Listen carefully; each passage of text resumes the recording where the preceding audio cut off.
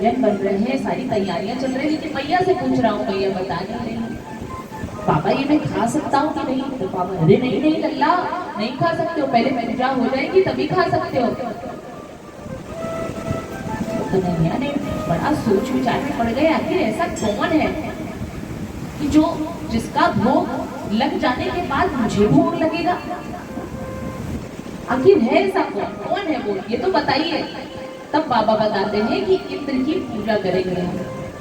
तो जब इंद्र भगवान की पूजा करेंगे तो वो वर्षा करेंगे, बारिश करेंगे इस धरती पर, क्योंकि यदि इंद्र खुश नहीं हुए तो बारिश नहीं होगी, और जब बारिश नहीं होगी तो ये जो हमारा क्या है, गौचारण ही हमारा व्यवसाय है, सेवा है, तो हरी हरी घास नहीं होगी, धन धान्य से ये परिपूर्ण नहीं होगा धरती, तो फिर हमारा गुजारा कैसे चलेगा, हम कैसे रहेंगे, जीव कैसे रह पाएगा।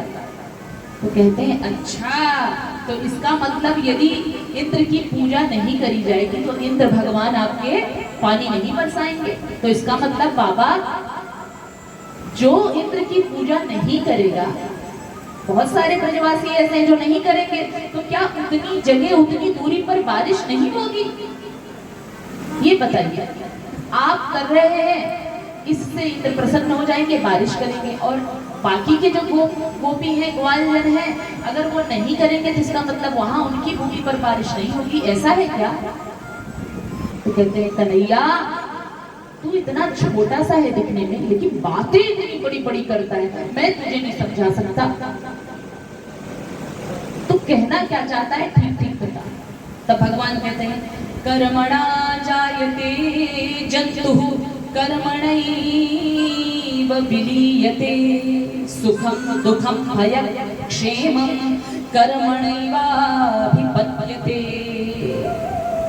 कि बाबा मैंने तो बड़े बड़े संतों से यही सुना है, यही सीखा है कि कर्मणा जायते जंतु और कर्मणैव विलीयते, कि कर्म ही मनुष्य के सुख और दुख का कारण होता है।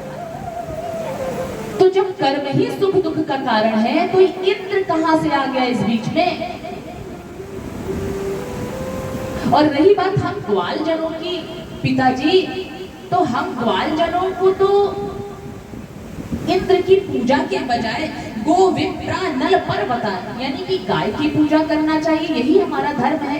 हमने तो बड़े बड़े संतों से यही सुना है कि गाय की पूजा करनी चाहिए, ब्राह्मणों की पूजा करनी चाहिए, अग्नि की पूजा करनी चाहिए और पर्वतों की पूजा करनी चाहिए। तो हम सभी जो है इंद्र की पूजा के लिए क्यों तत्पर हो रहे हैं, क्यों उनकी पूजा करने जा रहे हैं, हमको समझ में नहीं आ रहा है। तो आप एक मेरी बात मानेंगे क्या पिताजी? बोल कन्हैया क्या बोलता है? पिताजी अब की बार इस इंद्र की पूजा मत करो मेरे कहने से। आप जो है वृंदावन में इतना भव्य पर्वत है, गोवर्धन पर्वत, इसमें तो हमारे भगवान विराजमान रहते हैं पिताजी, मैंने सुना है। अब वो तो लीलाधारी लीला कर रहे हैं, भगवान क्या वही भगवान है, लीला कर रहे हैं, माधुर्य लीला यहाँ पर ब्रजमंडल में।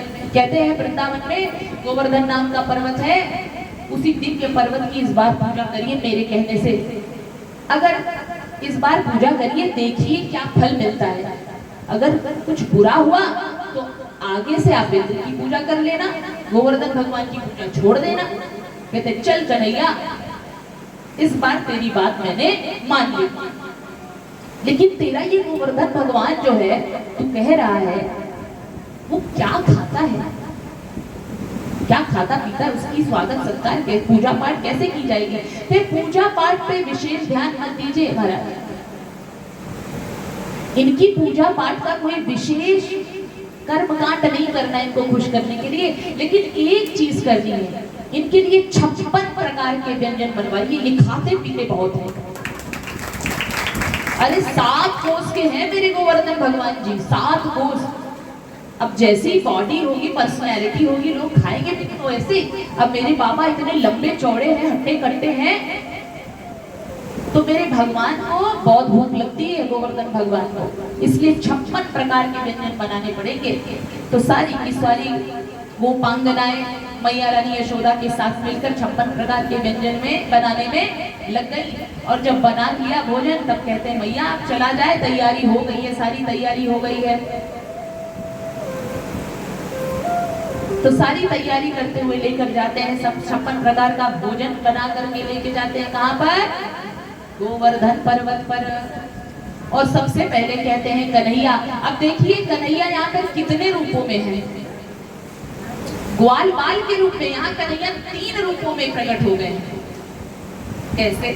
ग्वाल बाल के रूप में वहां पर सबके साथ में अपने बाबा और नंद बाबा यशोदा मैया के पुत्र के रूप में विराजमान है, और पंडित बनकर पूजा भी करवा रहे हैं। और चौथा गोवर्धन भगवान के रूप में भी वहां पर विराजमान है। बोलिए भक्तवत्सल भगवान की जय। तो अब क्या कर रहे हैं भगवान? कह रहे हैं कि सर्वप्रथम स्नान ध्यान कराइए। तो सारे ग्वाल बाल जो है बाल्टी में पानी ले लेकर के भैया उस पर्वत पर, उस गोवर्धन नाथ का जो दिव्य शरीर है उसमें पानी छोड़ रहे हैं। कहते हैं हे कन्हैया तेरे भगवान को नहलाते नहलाते तो हम सब थक जा रहे हैं, कितना नहलाए, अब में अब ताकत नहीं है। तो कहते हैं कोई बात नहीं, आप ध्यान करो, मानसिक रूप से ध्यान करो कि हम नहला रहे हैं। जैसे ही ग्वाल बालों ने आंखें बंद करके मानसिक रूप से नहलाना प्रारंभ किया, मानसी गंगा प्रकट हो गई, गंगा की धारा स्वयं प्रकट हो गई उस गोवर्धन नाथ पर्वत पर। बोलिए भक्तवत्सल भगवान की जय। अब कहते हैं पूजा पाठ करिए, धूप बत्ती दिया, नैवेद्य सारी चीजें हो गई। अब कहते हैं भोग लगाइए। भोग कैसे लगाऊं? तो कहें आंख बंद कर लीजिए। भगवान को जब हम भोग लगाते हैं तो हमें टकटकी लगा के देखते नहीं रहना चाहिए कि भगवान क्या खा रहे, कितना खा रहे, कितना नहीं खा रहे। नहीं, जब भगवान को भोग लगाओ तो आंखें जो है नेत्र बंद कर दो और ये मंत्र बोलना चाहिए, त्वदीयमस्तु गोविंदम तुभ्यमेव समर्पयेतेन त्वदङ्घ्रिकमले रतिर्मे यच्च शाश्वते। अर्थात हे भगवान आपकी दी हुई वस्तु मैं आपको ही समर्पित कर रहा हूं, उसे स्वीकार करिए। तो ऐसा कर भगवान ने भोग लगा दिया। अब भगवान गोवर्धन भगवान खाए जा रहे, खाए जा रहे, खाए जा रहे हैं। ग्वाल बाल कहते हैं अरे कन्हैया ये तेरा भगवान तो बहुत खाता है। अरे चुप चुप चुप चुप, बिल्कुल चुप, नजर लगा दोगे तुम तो हमारे भगवान को। कन्हैया ये बात नहीं है, अब प्रसाद जब चढ़ ही रहा है, 56 प्रकार का व्यंजन जब चढ़ रहा है, कहीं ऐसा तो नहीं तुम्हारा भगवान सब खा जाएगा, हमें प्रसादों ना मिलेगा, हमको प्रसाद भी नहीं मिलेगा, कहीं ऐसा तो नहीं है? अरे नहीं नहीं, सबको मिलेगा प्रसाद। कन्हैया कहते हैं थोड़ा धैर्य रखो, प्रसाद तो सबको मिलेगा, बस भोग लगाओ। कहते ठीक है। जैसे ही भोग लगाया महाराज, अब इस दिव्य पर्वत गोवर्धन पर्वत पर भगवान चतुर्भुजी नारायण भगवान प्रकट हो जाते हैं। बोलिए चतुर्भुजी नारायण भगवान की जय, वृंदावन बिहारी लाल की जय। अब ग्वाल बाल सभी नतमस्तक हो गए, सिर झुकाकर प्रणाम करने लगे। कहते हैं वाह कन्हैया, मान गए तेरे भगवान को, हम इतने बरस से इंद्र की पूजा कर रहे हैं गोवर्धन के लिए, इंद्र को प्रसन्न रखने के लिए पूजा करते हैं हर साल। इंद्र खुश होकर बारिश तो कर देता है लेकिन कभी दर्शन नहीं देता है।